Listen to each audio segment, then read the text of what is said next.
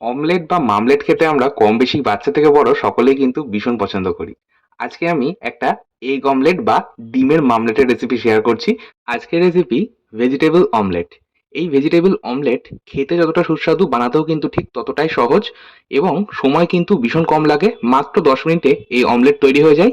আর এই অমলেটটা খাওয়ার পর কিন্তু পেট অনেকক্ষণ ভর্তি থাকে। তাই আপনারা চাইলে বাচ্চাদেরকেও বানিয়ে দিতে পারেন অথবা নিজেদের জন্যও বানিয়ে নিতে পারেন। যখন হাতে কম সময় থাকে, ঝটপট কিছু বানাতে চান, আবার যেটা খেলে পেট অনেকক্ষণ পর্যন্ত ভর্তি থাকবে, তখন আপনারা অবশ্যই এই ভেজিটেবল অমলেট বানিয়ে নিতে পারেন। আসুন তাহলে শুরু করা যাক আজকের ভিডিওটা। প্রথমেই একটা পাত্রের মধ্যে আমি নিয়ে নেব ৩ টে ডিম। আর এখানে আমি নরমাল পোল্ট্রির ডিমটাই ব্যবহার করছি। আপনারা চাইলে হাঁসের ডিমও ব্যবহার করতে পারেন। আর ডিমের পরিমাণটা আপনাদের ইচ্ছে মতন নিতে পারেন। ২ টোও নিতে পারেন, ৪ টেও নিতে পারেন। যাই হোক, এর মধ্যে এখন দিয়ে দেবো হাফ চা চামচ লবণ আর 1/4 চা চামচ গোলমরিচ গুঁড়ো। লবণটা স্বাদ মতো দিতে হবে আর গোলমরিচ গুঁড়ো খুব বেশি এই পর্যায়ে ব্যবহার করার প্রয়োজন নেই। এরই মধ্যে দিয়ে দেবো ৩ থেকে ৪ টেবিল চামচ দুধ। এখানে কিন্তু কাঁচা দুধ ব্যবহার করছি না। দুধটা আমার আগেই জাল দিয়ে ঠান্ডা করা ছিল। ঠান্ডা অর্থাৎ নরমাল টেম্পারেচারে আনা রয়েছে।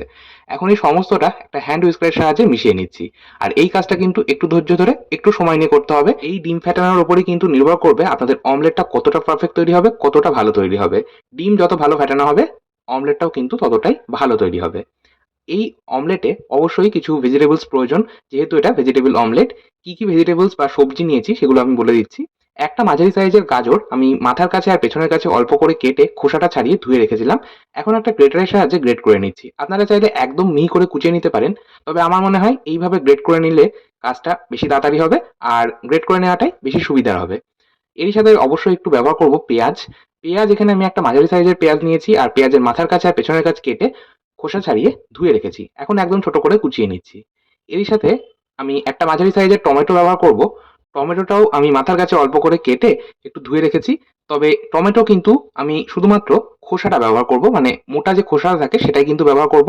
একটা যে পুঁটলি মতো থাকে যেটা বীজ, সেই বীজের পুঁটলিটা কিন্তু আমরা আলাদা করে নেব। তবে এই বীজের পুঁটলিটা কিন্তু ফেলে দেওয়ার প্রয়োজন নেই। আপনারা এই টমেটোর বীজটা অন্য কোনো রান্নায় যখন টমেটো ব্যবহার করবেন, তখন এই বীজটা আপনারা পেস্ট করে নিতে পারেন অথবা সরাসরি এইভাবেও কিন্তু রান্নায় মসলা কষানোর সময় দিয়ে দেবেন, তাহলেও কিন্তু হবে। আচ্ছা, আমি ৪ থেকে ৫ টা মতন কাঁচা লঙ্কা একদম ছোট করে কুচিয়ে নিলাম। আপনারা ঝালটা অবশ্যই নিজেদের স্বাদ মতন দেবেন। আর মাথায় রাখবেন গোলমরিচের গুঁড়ো ব্যবহার করা হয়েছে, তাই অবশ্যই কাঁচা লঙ্কাটা একটু বুঝে ব্যবহার করতে হবে। এর সাথে কিছুটা ধনেপাতাও কুচিয়ে নিয়েছি। এর সাথে আমি ব্যবহার করব একটু ফ্রোজেন মটরশুঁটি আর ফ্রোজেন সুইট কর্ন। এই ফ্রোজেন মটরশুঁটি আর সুইট কর্ন আমার কাছে রয়েছে, তাই আমি ব্যবহার করছি। আপনারা চাইলে নাও দিতে পারেন।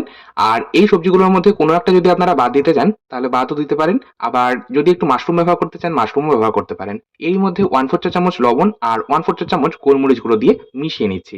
লবণ আর গোলমরিচ গুঁড়ো দিয়ে এইভাবে যদি একটু আলাদা করে মিশিয়ে নেওয়া হয়, তাহলে সবজিগুলোর মধ্যে লবণ আর মশলাটা ভালো মতো ঢুকে যায়, খেতে কিন্তু বেশ ভালো লাগে। আচ্ছা, আমি এই সবজির সাথে আরো একটু ক্যাপসিকাম ব্যবহার করব। ক্যাপসিকাম আমি একটা মাঝারি সাইজের নিয়েছিলাম, সেটার ৪ ভাগের ১ ভাগ মতো ব্যবহার করব। ক্যাপসিকামটাও এইভাবে কুচিয়ে নিচ্ছি। ক্যাপসিকামটা আমি সবজি কাটার সময় কাটতে ভুলে গেছিলাম, তাই সবশেষে এইভাবে কেটে ওই কেটে রাখা সবজির মধ্যে দিয়ে দিচ্ছি। আর এই সবজির সাথে মিশিয়ে নেব। সবজির মধ্যে লবণ আর গোলমরিচ গুঁড়ো দেওয়াই রয়েছে, তাই আলাদা করে আর দেওয়ার প্রয়োজন নেই। চলে যাচ্ছি এবার মূল রান্নায়। আমি একটা তাওয়ার মধ্যে দিয়ে দিলাম হাফ চা চামচ বাটার। আর এখানে কিন্তু আমি সল্টেড বাটার ব্যবহার করছি।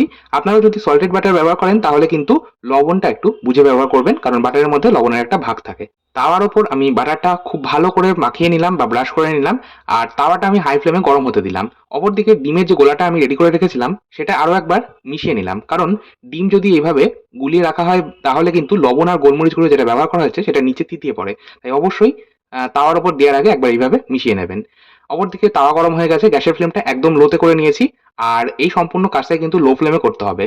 এখন আমি ডিমের গোলাটা দিয়ে দিলাম তাওয়ার ওপর। আচ্ছা, এবার যে সবজিটা ছিল সেটা আমি দিয়ে দিলাম। সবজিটা কিন্তু একদম মাঝ বরাবর দিইনি, আবার একদম ধারেও কিন্তু দিইনি। একটু গ্যাপ রেখে, মানে ধারের থেকে একটু গ্যাপ রেখে আমি সবজিগুলো দিয়েছি। এটা আমি কভার করে মোটামুটি একদম লো ফ্লেমে ৩ থেকে ৪ মিনিট এটা কুক হতে দেবো। অপরদিকে এই যে ভেজিটেবলসটা বেঁচে গেল, এর মধ্যে আপনারা চাইলে ১ চামচ মেয়োনিজ অথবা ২ চামচ জল ঝরানো টক দই বা হাঙ্কার দিয়ে মিশিয়ে নিয়ে আপনারা স্লাইস ব্রেড বা স্যান্ডউইচ ব্রেড একটু সেঁকে নিয়ে এই স্টাফিং হিসেবে ব্যবহার করতে পারেন। তাহলে কিন্তু স্যান্ডউইচ তৈরি হয়ে যাবে খুব চটজলদি একটা। আচ্ছা, অপরদিকে ৪ মিনিট হয়ে গেছে, আমি ঢাকা চাপা সরিয়ে নিয়েছি। দেখুন ওপরটা কিন্তু বেশ ড্রাই হয়ে গেছে বা শুকিয়ে গেছে। আমি আরো একটু বাটার এইভাবে ব্রাশ করে দিলাম। আর এখানে কিন্তু কোনো রকম তেলের ব্যবহার করলে ভালো লাগবে না খেতে। একটু বাটার ব্যবহার করলেই এই অমলেটের টেস্টটা বেশি ভালো হবে। আচ্ছা, আমি উপর থেকে একটু মোজরেলা চিজ দিয়ে দিলাম। এখন আমি এইভাবে একটা হাতার সাহায্যে চারিপাশ থেকে ছাড়িয়ে নিচ্ছি। আর এটা আলাদা করে ছাড়ানোর প্রয়োজন নেই। দেখবেন যখন নিচটা হয়ে যাবে তখন কিন্তু আপনা আপনি তাওয়া থেকে ছেড়ে যাবে। এবার আমি সুন্দর করে এটা একটু ফোল্ড করে দিলাম। মানে একটা সাইড উল্টে নেওয়ার পর আমি অপর দিকটাও একইভাবে উল্টে এইভাবে সেট করে নিলাম। আর এটাই কিন্তু সবথেকে একটা কঠিন কাজ, মানে ভাঁজ করাটা। এই ফোল্ড করার সময় অনেক সময় ভেঙে যায়, তো খুব সাবধানে এই কাজটা করতে হবে। আর আমি এখন অমলেটটা অপর দিকে উল্টে দিলাম, আর উল্টে দিয়ে এটা আবারও কভার করে দিচ্ছি। আর একদম লো ফ্লেমে আরো ১ মিনিট মতন একটু কুক করব। অপর দিকটা ১ মিনিট কুক করলেই হবে। দেখুন আমাদের তাহলেই কিন্তু অমলেট তৈরি হয়ে গেল। এখন আমি এই অমলেটটা পরিবেশন করব। এই ভেজিটেবল অমলেট খেতে কিন্তু অসাধারণ লাগে। আপনারা বাড়িতে অবশ্যই এইভাবে একবার বাড়িতে বানিয়ে দেখতে পারেন। আশা করছি আপনাদের প্রত্যেকের ভালো লাগবে। আপনারা নিজেরা খান, বাড়ির সকলকে খাওয়ান। আর খুব ঝটপট চটজলদি যখন কিছু বানাতে হয় আপনারা কিন্তু চাইলে এইভাবে এগ অমলেট বানিয়ে নিয়ে বাচ্চাদের বা বড়দের স্কুল, কলেজ, অফিসে টিফিনেও কিন্তু দিতেই পারেন। আচ্ছা, এই অমলেটটা ফোল্ড করার সময় বা ভাঁজ করার সময় কিছুটা পরিমাণ সুইট কর্ন আর মটরশুঁটি পড়ে গেছিল বাইরে, সেটা কিন্তু আমি ফেলে দিলাম না। এইভাবে সাইড দিয়ে দিয়ে দিলাম। এটা করে এটা দেখতে ভালো লাগবে। ওপর থেকে আরো একটু চিজ গ্রেট করে দিলাম আর একটু কুচনো ধনেপাতা দিচ্ছি। এই এগ অমলেট আপনারা যদি হেলদি ভাবে বানাতে চান সেক্ষেত্রে কিন্তু বাটারের পরিবর্তে লো ফ্যাট বাটার অর্থাৎ মার্জারিন ব্যবহার করবেন আর চিজটা বাদ দিয়ে দেবেন। আজকের মতো এই পর্যন্তই। ধন্যবাদ।